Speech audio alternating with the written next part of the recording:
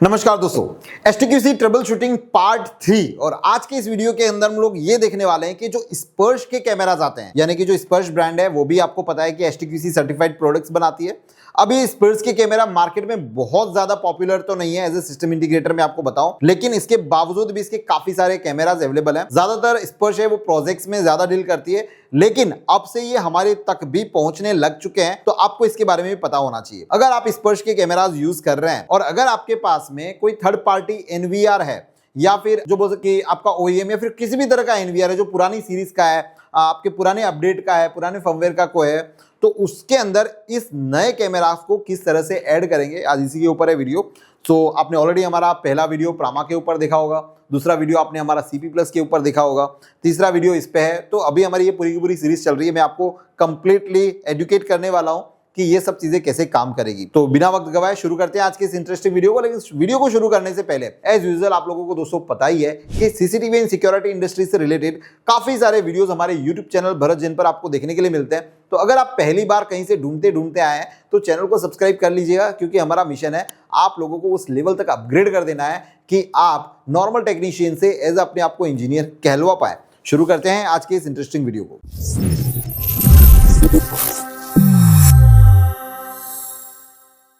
दोस्तों सबसे पहले कि आपको स्पर्श की वेबसाइट पर जाकर आईपी फाइंडर का ये जो एप्लीकेशन है इसको डाउनलोड करना है। देखो हर जितनी भी ब्रांड्स हैं, चाहे प्रामा हो गई, सीपी प्लस हो गई, स्पर्श हो गई, सभी ब्रांड्स के कुछ अलग अलग इस बार सिनेरियोज हैं। मतलब हर कैमराज के फीचर्स अलग है, किसी में कुछ ऑफ करना पड़ रहा है, किसी में कुछ ऑन करना पड़ रहा है। There is so many things. तो इस वीडियो को भी आप सेव करके रख लीजिएगा या फिर लाइक करके एक अलग से फोल्डर बना लीजिएगा। हमने इसके पूरे एक सीरीज का बनाया, आप भूल जाओगे अगर आप रेगुलरली काम नहीं करते हो तो सबके अलग अलग टूल्स हैं। तो इसी के अंदर इसका जो टूल है वो है आईपी फाइंडर, और इसको आपको स्पर्श की वेबसाइट से ही डाउनलोड करना है, इतना ध्यान रखिएगा, ठीक है। या फिर स्पर्श की जो टेक्निकल टीम है आप उनसे भी मांग सकते हैं। अब ये जैसे ही आपके पास में ये आ जाता है सॉफ्टवेयर, आपको इंस्टॉल कर लो। हमने हमारा जो कैमरा है आपको इसी तरह से जैसे नॉर्मली आप ऐड करते हैं वैसे आपको कर लेना है। जैसे ही आप इसको ओपन करेंगे तो आपके सामने यहाँ पर ये कुछ इस तरह का एक इंटरफेस देखने के लिए मिलेगा, जहां पर ये देखिए मॉडिफाइड आईपी है, डिवाइस कॉन्फ़िग है और सिस्टम कॉन्फ़िग है। आपका जो आईपी कैमरा है आपने जिस सीरीज में रखा हुआ है वो यहाँ पर आ जाएगा। बाय डिफॉल्ट इसका जो आईपी होता है वो है 192.168.1.108। तो हमने अभी फिलहाल इसके डिफॉल्ट आईपी को भी चेंज नहीं किया है, क्योंकि पहली बार इनिशियलाइज करने वाले हैं। तो जो बाय डिफॉल्ट आईपी है वही आपको यहाँ पर शो होगा।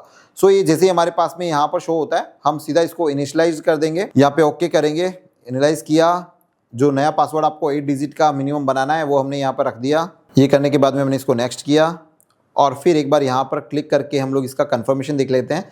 5 से 10 सेकंड का टाइम लगेगा। यहाँ पर सक्सेसफुल नीचे लिखा हुआ आएगा, सक्सेसफुल जैसे ही आ जाए बस आपका काम यहाँ पर हो गया। अब आप यहाँ पे क्या करोगे, सीधा डिवाइस कॉन्फ़िग पे आओगे। डिवाइस कॉन्फ़िग पे आने का एक ही रीज़न है कि जो कैमरा है आपका वो लॉगिन यहीं से होगा। भले आप इसके अंदर कुछ करो नहीं करो, आपको सबसे पहले तो डिवाइस कॉन्फ़िग में ही आना है ताकि आप आपके कैमरा को लॉगिन कर पाओ। सो जैसे ही आप यहाँ पर जाएंगे आपका कैमरा दिखेगा, आप आपका पासवर्ड डालकर इसको लॉगिन कर लो। हम यहाँ पे लॉगिन कर लेते हैं। लॉगिन करने के बाद में दोस्तों यहाँ पर काफ़ी सारी सेटिंग्स है जो कर सकते हैं, लेकिन अभी उसमें हम लोग नहीं जाएंगे। हम सीधा यहाँ पर सिस्टम कॉन्फ़िग के अंदर आ जाते हैं।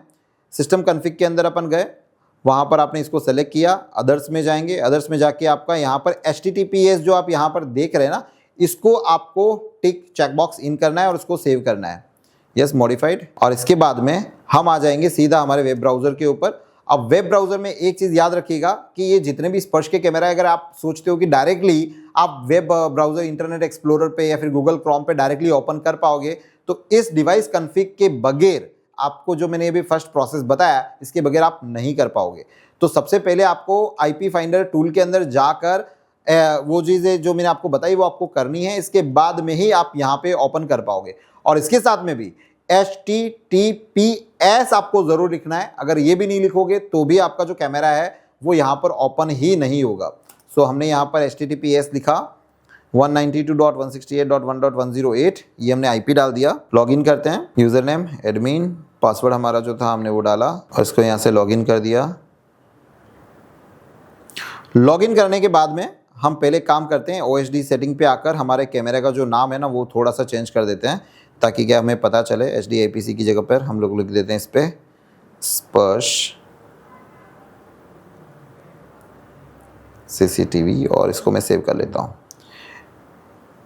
इसके बाद में हम सीधा आ जाएंगे यहाँ पर इथरनेट पे, नेटवर्किंग के अंदर इथरनेट पे जाकर हमको यहाँ पर ऑनविफ पोर्ट आप यहाँ पे जो देख रहे हो उसको याद रखना है। यहाँ पे आपको कुछ सेटिंग नहीं करनी है, लेकिन ऑनविफ पोर्ट इसका है 8088। ज़्यादातर कई कैमराज में आपने 80 देखा होगा, लेकिन स्पर्श के अंदर 8088 है, तो आपको इसको याद रखना है। आगे बढ़ते हैं, फिर हम प्रोटोकॉल के अंदर आ जाएंगे। प्रोटोकॉल के अंदर आप आ जाएंगे यहाँ पर RTSP के अंदर। RTSP के अंदर आपको यहाँ पर दो चीज़ें ध्यान रखनी है कि इसको एक तो इनेबल करना है आपको, और इसके साथ में नीचे जो पोर्ट लिखा हुआ है, कई बार ये पोर्ट 554 नहीं होगा, तो इसको आपको 554 पे ले आना है।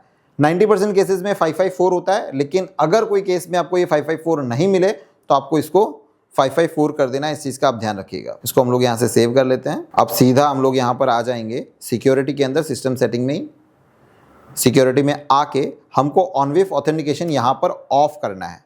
देखिए ये सब चीज़ें किसी में ऑन करना होता है, किसी में ऑफ करना होता है, बहुत सारी चीज़ें हैं, बहुत ज़्यादा डीप में नहीं जाएंगे, लेकिन यही प्रोसेस है, आपको ये चीज़ करनी है, तो ही आप स्पर्श के कैमरा को थर्ड पार्टी NVR या फिर ऑल्ट सीरीज़ के NVR जो होते हैं उसके अंदर आप ऐड कर पाओगे।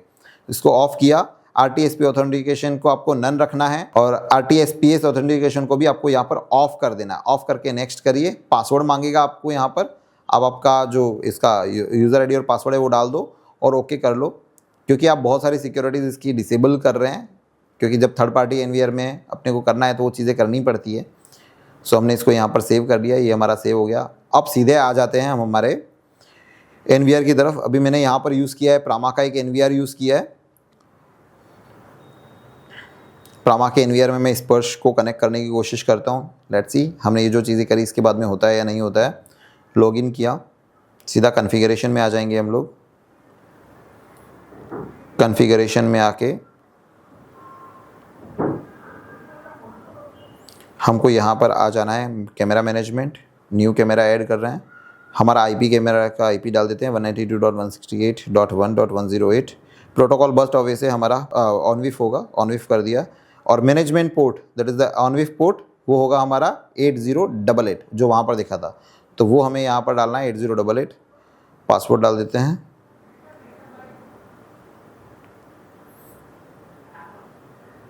पासवर्ड डाल दिया हमने, ओके कर देते हैं।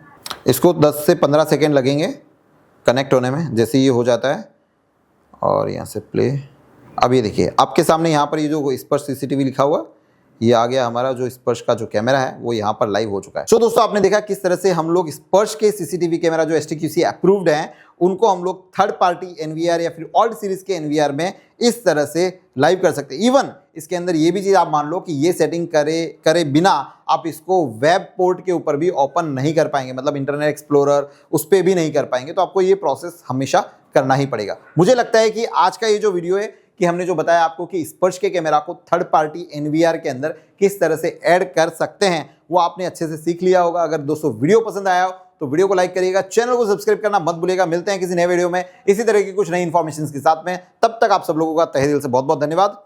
जय हिंद।